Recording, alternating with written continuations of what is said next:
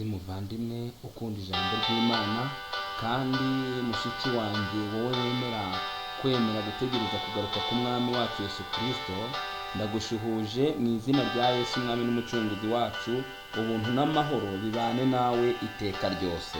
Rero muri iki gitondo tugize amahirwe yo kuba nanone tugiye kwigira hamwe ijambo ry'Imana, ijambo ry'ubuhanuzi kandi ijambo ryerekana ibihe uko biba bimeze, kandi kuva none kugeza igihe cyose umwami akibikunze tuzakomeza kugenda turyigana, turebera hamwe ingingo z'ingenzi ziri mu birigize izina ry'Imana nirihimbazwe. Kandi ngushimiye ubwo butwari n'umurava ugira wo gutegera amatwi iri jambo ry'Imana. Ndagusaba rero nkwinginga kandi kugira ngo uko ujye uryumva nibuze ujye ugerageza gufata umwanzuro, gufatira icyemezo ubugingo bwawe, cyane yuko intego y'ijambo ry'Imana ari ukugira ngo rirebe yuko ryakura umunyabyaha ku mwanya umwe rimushyire ku wundi, rirebe ko ryateza imbere ubugingo bwe cyangwa se ryateza ikintu mu bugingo bwe bukabasha gukira. Nta kindi riba ribereyeho, nubwo tuba turyiga kenshi kandi tugakunda kuribona cyane, ariko naryo ryatwegereye, ni Imana yatwegereye kugira ngo ibashe kureba ukuntu yarokora ubugingo bwanjye, yarokora n'ubugingo bwawe. Ndakwinginga rero kugira ngo ubwo ari uwo mugambi ridufiteho twe gupfirirwa ubusa, ahubwo Imana idufashe kugira ngo ribashe guhindura byose muri twebwe, ribashe gukora ku mitima yacu, ribashe gukora ku bugingo bwacu, maze Imana ihabwe icyubahiro.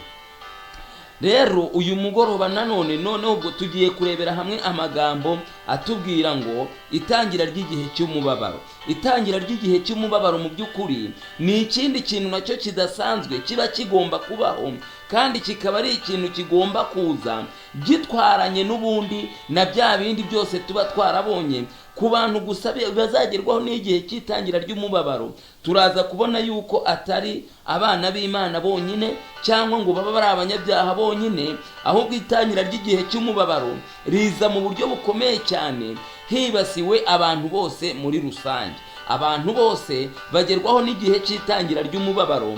Icyakoze mu gice cya kabiri gikurikiraho haza kuboneka umubabaro cyangwa se akaga kubera n'igihe cy'umubabaro kuri bonyine, ariko igihe kibanza kiba ari igihe cy'abantu bose basanzwe, kuko itangira ry'igihe cy'umubabaro ribamo intambara, ibyorezo, imitingito, inkubi z'imiyaga, inkongi z'imiriro, amapfa, inzara, imyigaragambyo, urugomo mu bantu. Ibintu nk'ibyo ngibyo nibyo bitangira igihe cy'umubabaro. Ariko iki gihe cy'umubabaro ntabwo kirangirira aho ngaho, kuko ibyo byose igihe biba biri kuba, igihe biba biri gukorwa n'imbaraga za Satani, kuko niko dusoma mu gitabo cy'intambara ikomeye yuko yigishije amabanga y'ibyaremwe, yuko azateza mu isi umubabaro. Ni kuri paje 415 yo mu ntambara ikomeye, niyo itubwira yuko mu by'ukuri Satani azateza ibintu bikomeye ku isi, kandi ngo mu buryo bukomeye cyane, ku buryo azasiga yiyereka abantu yuko ari ugomba kubakiza ibyo bintu azaba yateye. Kuko mu magambo bahanditse baravuze ngo Satani nanone akorera mu byaremwe kugira ngo yigarurire abantu bose, cyangwa se abantu benshi batuye, abantu bose batiteguye.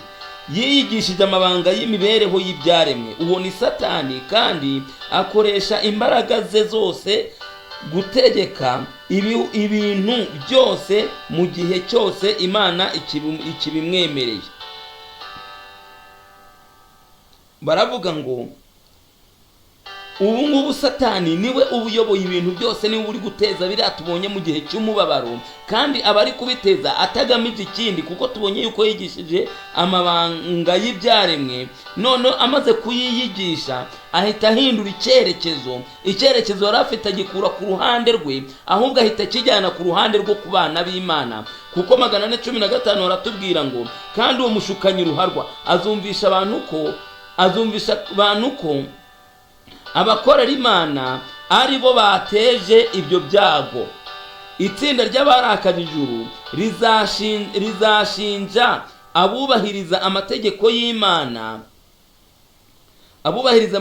y'Imana yuko aribo ntandaro y'ibyo bintu byose bizaba biri ku isi. Ahangaha ubwo nagiraga ngo tubanure kuri iki kintu kibanza n'igikurikiraho. Ikintu kibanza ni umubabaro muri rusange, kubera ko Satani yigishije amabanga y'ibyaremwe. Amaze kuyiyigisha ahita aza yiyambitse mu ishusho y'ibyo byaremwe akabihindagura. None yamaze kubihindagura ahita abwira abantu b'uruhande rumwe rwe yuko abantu bakomeza amategeko y'Imana aribo bateza izo ngorane.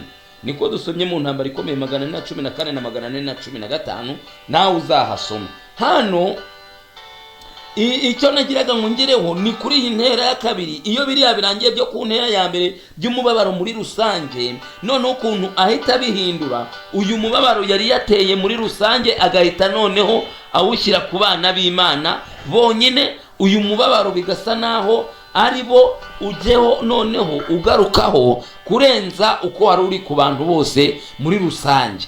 Kuko hano kuri igikurikira nuko habaho agahato ko kubuzwa kugura no kugurisha, guteshwa agaciro, kubuzwa gusenga bisesuye,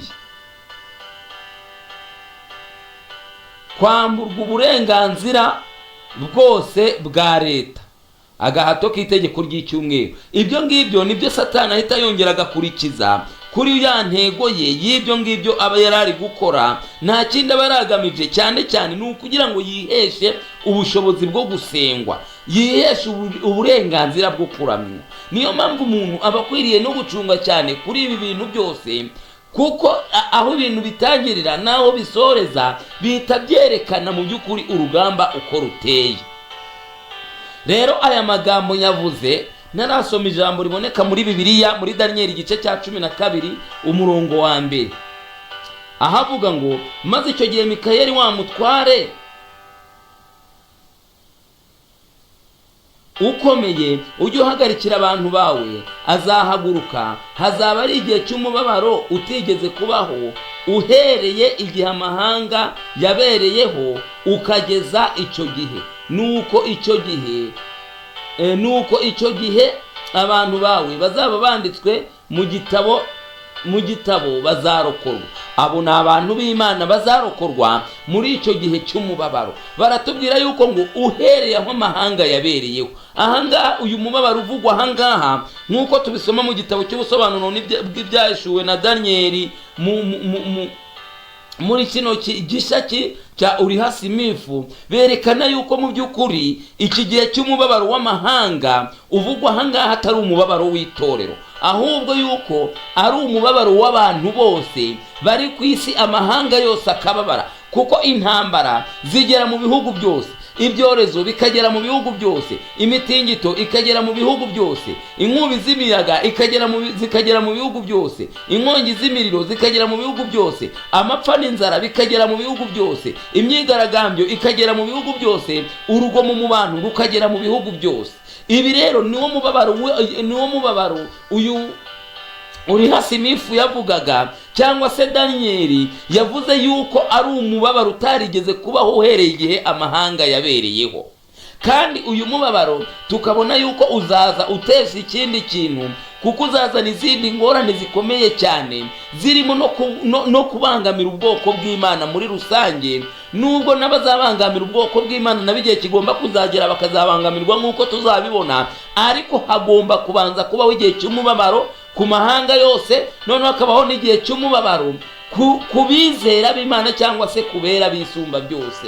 Niyo mpamvu amagambo dusoma muvandimwe mu byaduka byo mu minsi y'imperuka, ndagira ngo akubere ijambo ubasha kumva ku rwego rwaryo ukurikije iki cyigisho n'aya magambo turimo twigana muri iki gihe giheruka.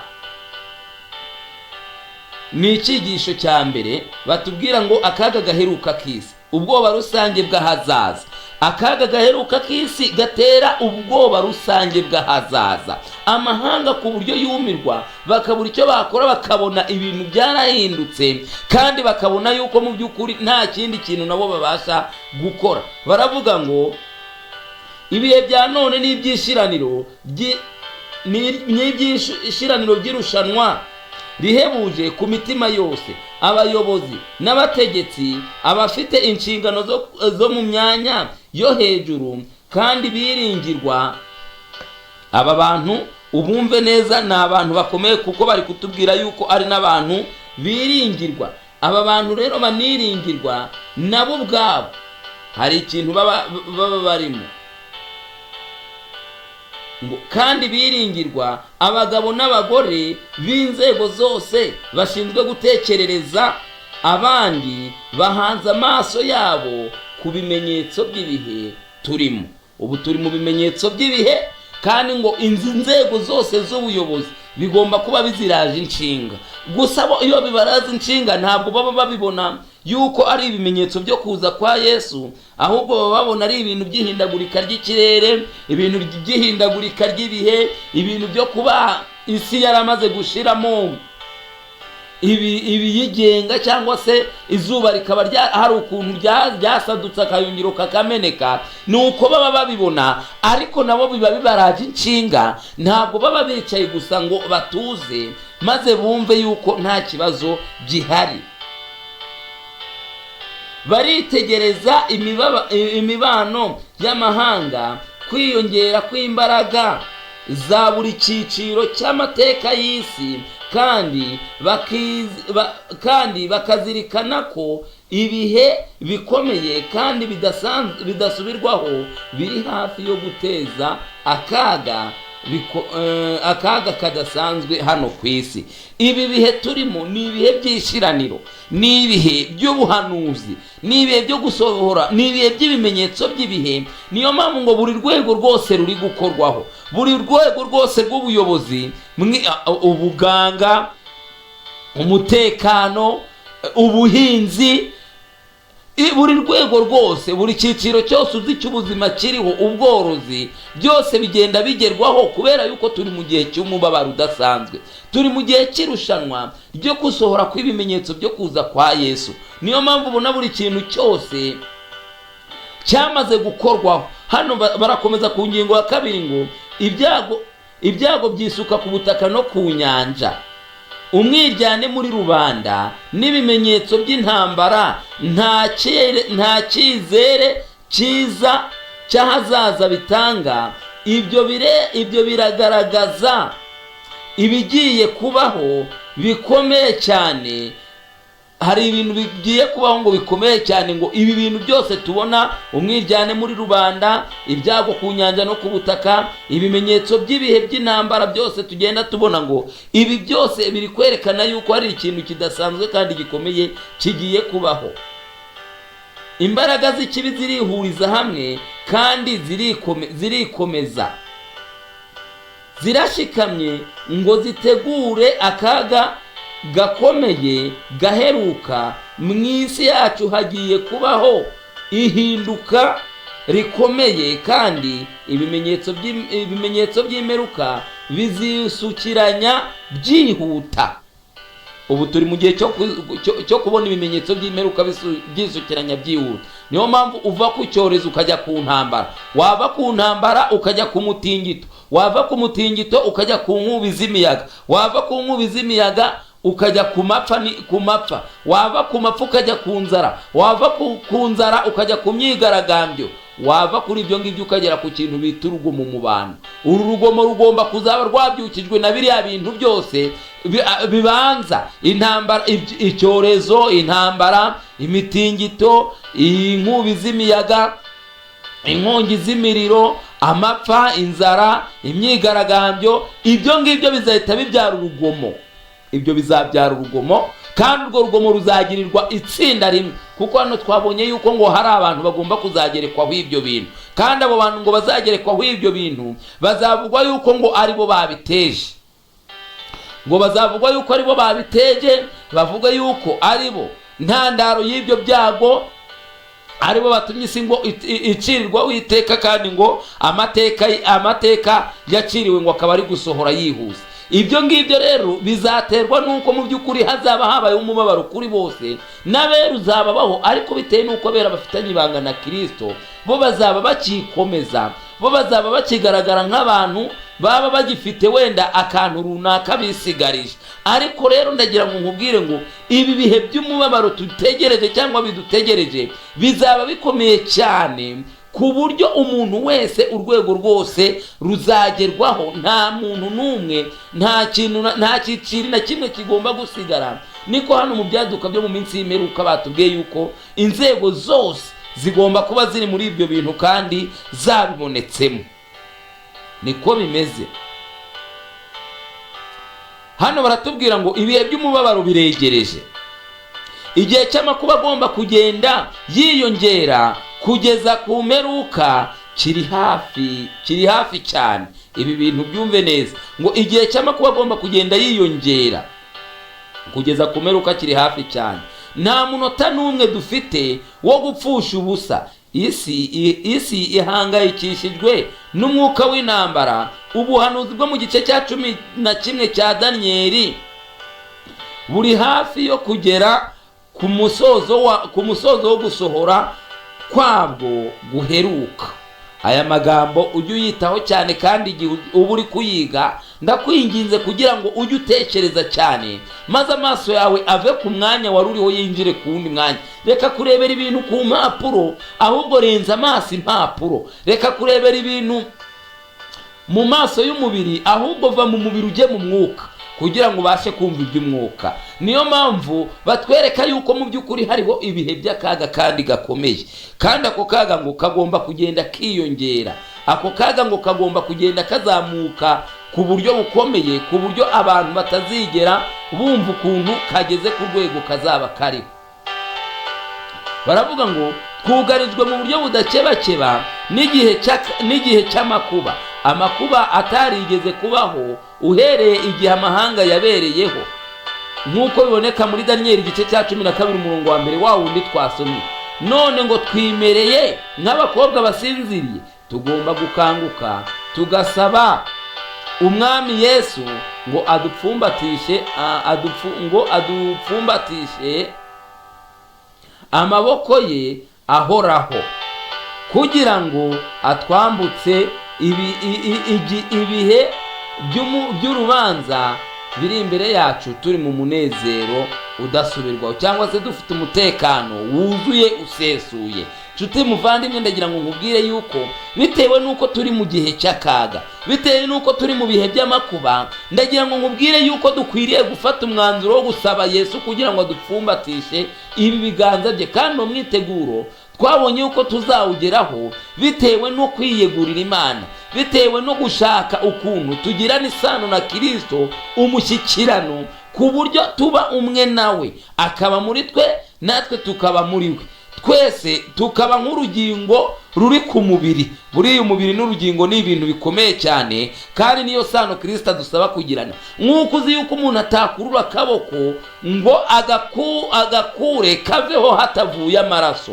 kaveho nta nyama icitse, niko dukwiriye kuba tumeranye na Kristo kugira ngo atwambutse ibi bihe bikomeye by'amateka y'isi turi mu mutekano wuzuye. Isi iragenda isuzugura buri tegeko ryose, ari naryo buri tegeko iryo ari ryo ryose. Vuba aha imidugararo ikomeye igiye kwaduka hagati y'amahanga, imidugararo itazigera ihagarara kugeza igihe Yesu azagarukira. Ubu hagomba kubaho imidugararo hagati y'amahanga. Iyo midugararo ntikemuke. Umva, abadiplomate bagahaguruka, abambasaderi bagahaguruka, buri rwego rwose uzi rujyanye n'uburyo bwa politiki bagahaguruka bakaganira kuri iyo midugararo ntihagarare. Hakabaho intambara zidahagarikwa n'umuntu, hakabaho ibintu bikomeye cyane bizagenda bihagarikwa gusa n'akaboko k'Uwiteka. Igihe Kristo azaba ahagarutse nibwo nibuze navuga yuko ibintu bisa naho intambara zizagabanuka, ni igihe Kristo azaba agarutse. Kuko igihe azaba agarutse akajyana abera be, abatarizeye ijambo rye, abatumvira amategeko ye, cyangwa ngo bagendere mu nzira abacira yo kunyuramo, cyangwa ngo bagirane isano nawe mu buryo bukomeye, bose dusoma mu Batesalonika ko bazicwa n'umwuka uva mu kanwa k'Uwiteka mu gice cya 5 cy'urwa kabiri rw'Abatesalonika, ngo bazicwa n'umwuka uva mu kanwa k'Uwiteka. Abo bose rero batezaga intambara bazapfa, abera b'Imana bahigwaga cyangwa bagirirwa nabi bajyanwe mu bwami bw'Imana gucira abo ngabo imanza. Ndagusabira rero kugira ngo wowe muvandimwe ufate icyemezo cya kigabo, ndakwinginze maze urokora ubugingo bwawe, kuko iyi si yo turiho irimo irakamwa amakuru, kandi irimo irerekana yuko ibintu bikomeye kandi bidasanzwe bigiye kubaho. Byanga bikunze birakomeye kandi bigomba kubaho uko byagenda kose. Ndakwingingiye kandi ndakwinginze kugira ngo ukanguke, intekerezo zawe zivemo ibitotsi byo kudashaka gusobanukirwa ijambo ry'Imana no kurimenya, kandi urigenderemo riba ari ryo rikuyobora. Wishaka kuriyobora, reka rikuyobore kugira ngo rikugirire akamaro, ribashe kugukiza. Turi ku nkengero y'igihe cy'amakuba, kandi dutegerejwe n'imibabaro tudashobora gupfa kwiyumvisha. Ubu abana b'Imana bari ku nkengero y'igihe cy'amakuba, kandi ubwo kuko impamvu turi ku nkengero y'igihe cy'amakuba ku bwoko bw'Imana ni uko igihe cy'amakuba muri rusange tukirimo, kandi icyo gihe cy'amakuba muri rusange ku isi yose ubwo tukirimo, abana b'Imana bagiye kwinjira noneho mu gihe cy'amakuba kibareba bonyine, kitagira undi muntu kireba, ari bo kireba bonyine, ari rwo rugamba bo bagomba kwirwanira ubwabo, nta wundi muntu ubafashije. Ab'isi na Satani bagomba kwishyira hamwe bakarwanya abera. Ubwo rero ngo turi ku nkengero y'ibyo bintu, turi ku nkengero y'igihe cy'amakuba, kandi dutegerejwe n'imibabaro tudashobora gupfa kwiyumvisha. Dutegerejwe n'imibabaro, abera bategerejwe n'imibabaro badashobora gupfa kwiyumvisha, kugira ngo wumvishe abantu yuko bashobora kwangwa. Nubwo wenda hari ibimenyetso bimwe bigenda bigaragara yuko koko bizashoboka, ariko n'uyu munsi hari abantu bavuga yuko ibyo bintu bitazashoboka. Ariko aba bantu bavuga ko bitazashoboka nibarebere gusa ku kantu gatoya kaba kabaye, kagatuma uruhande rumwe rugaragara nk'aho ari uruhande rudafite agaciro, urundi rukagaragara ko rufite agaciro kenshi cyane. Iki ni ikimenyetso cy'uko igihe Satani Imana izamwemerera yuko ashungura abera, yuko ashyira abera mu bigeragezo bikomeye, bizakunda koko bakabigeramo. Kuko na hano byaranditswe ku kagingo ka 6 ahavuga ngo turi ku nkengero y'igihe cy'amakuba, ngo kandi dutegerejwe n'imibabaro tudashobora gupfa kwiyumvisha. Ubwo ni ukuvuga ngo ni ku bana b'Imana. Baravuga ngo twegereje akaga karuta akigeze kubaho mu bihe byose. Ibihano by'Imana bigiye kwiyungikanya vuba, inkongi z'imiriro hariya zirimo, imyuzure, imitingito, biherekejwe n'intambara n'imivu y'amaraso. Ibyo byose bigomba kubanza kwisuka ku isi kugira ngo ubwoko bw'Imana bwinjire mu gihe cy'akaga, kandi ubwo buzaba bwinjiye mu gihe cy'akaga bizagaragara yuko ibi byose ngo bizaba byabaye ku isi aribo bagenje gute, babiteje. Muva ndimwe ndagira ngo nkugire inama kandi ngusabire, nanjye nisabira, kugira ngo twereke gukomeza guhagarara mu mwanya mubi, kuko ibi bintu birimo biratwereka yuko mu by'ukuri twegereye kuba tugiye kugera noneho ku kaga gakomeye, kandi tutiteguye, kuko ijambo ry'Imana rikutubwira yuko tutapfa kubyiyumvisha. Ariko ntabwo ari uko tutaba twiteguye, ahubwo ngo tubifata bukeya. Ariko dushimira Imana yuko igihe bizaba bisohoye, noneho natwe tuzaba dufite imbaraga, kuko tugomba kuba turi mu mutekano wa wundi twabonye yuko dukwiriye kwisunga Kristo akadupfumbatira mu biganza bye, maze bityo tukambuka ibi bihe by'akaga turi mu mutekano usesuye. Kagingo ka 8 karavuga ngo ibihe by'amakuba biradutegereje, ariko twirinde kuvuga ijambo nubwo ryaba rimwe gusa ryo kutizera cyangwa ry'urucantege. Muvandimwe, ndagira ngo nkubwire yuko tudakwiriye kuvuga amagambo yo kutizera, tugomba kuba twizeye yuko Imana izadukiza muri ibyo bihe by'umubabaro. Tugomba kuba twizeye yuko uko byagenda kose umwami Yesu atubereye kugira ngo adufashe. Niyo mpamvu ngusabira, nanjye nisabira kugira ngo dukomeze dushikame ku mwami, kabone nubwo byaba ngombwa yuko dupfa, ariko tube dupfe dufite icyizere cy'uko Kristo ubwo azagaruka azaduhamagara tukava mu bapfuye tukazukira ubugingo buhoraho. Tube dufite icyizere yuko nubwo twarenganywa wenda tugafatwa tugafungwa cyangwa se tukagirirwa nabi, kuko ubugome bwa Satani ni bwinshi buzaba buriho muri iki gihe tugiye kwinjira mu gihe cy'akaga kubera n'umubabaro kuri bo. Icyo gihe hazabaho ibintu byinshi cyane, kuko hazabaho gufungwa, kwicwa, kwirukanwa mu byabo, abantu bab'impunzi. Ubwo rero muri ibyo byiciro byose ndasaba nkwingingira kugira ngo icyiciro cyose uzaba urimo kubw'Imana, kubw'ukuntu uzaba waromatanye na Kristo, kizakubashishe kurokoka iki gihe tugiye kugeramo, kuko ni igihe gikomeye cyane, kandi ijambo ry'Imana ryatubwiye ngo ntitwapfa kugisobanukirwa.